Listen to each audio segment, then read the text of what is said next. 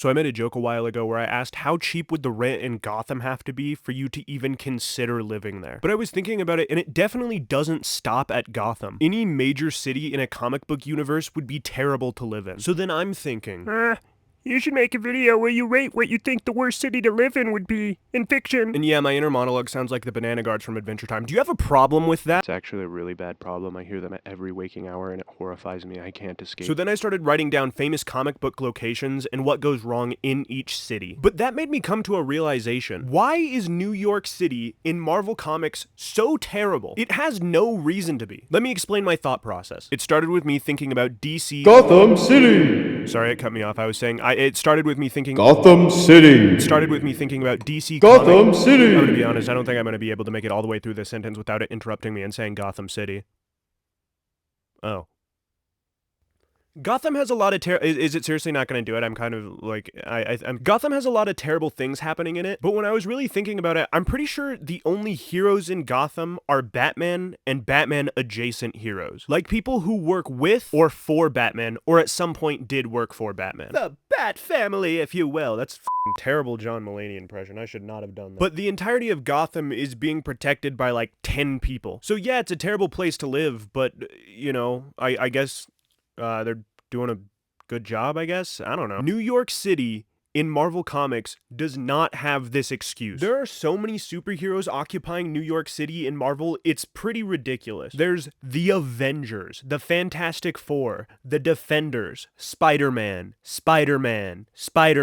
Doctor Strange, and the X-Mansion is in upstate New York. So they're not in New York City, but they could come down for a playdate every once in a while. So with all of these superheroes in or around New York City, how are you even able to, like, crop dust somebody without a superhero beating you to a pulp? In Gotham, a lot of crime is stopped because people are scared that Batman is going to come after him, so they don't even commit the crime to begin with. Like, you remember at the beginning of the Batman when he's like, they think I'm hiding in the shadows, but I am the shadows. You've probably seen it. It's a good movie. How does this not apply to New York in Marvel Comics? They all regularly have crime to stop and things to do. Like, I guess I could see it making sense if the Avengers saw, like, something terrible happening and were like, oh, let Spider-Man handle it. But wouldn't that kind of go against their code? And if that is true, then the morality of the people who live in New York would be so low because they're like, I don't even know if the superheroes that are supposed to protect me are going to see me being attacked as valid enough to stop whatever they're doing and come save me. People always joke about Gotham being the most crime-ridden city in fiction, but it has to be New York. Because even if you view it from the other perspective and think all of these heroes are constantly doing the most they can to save people,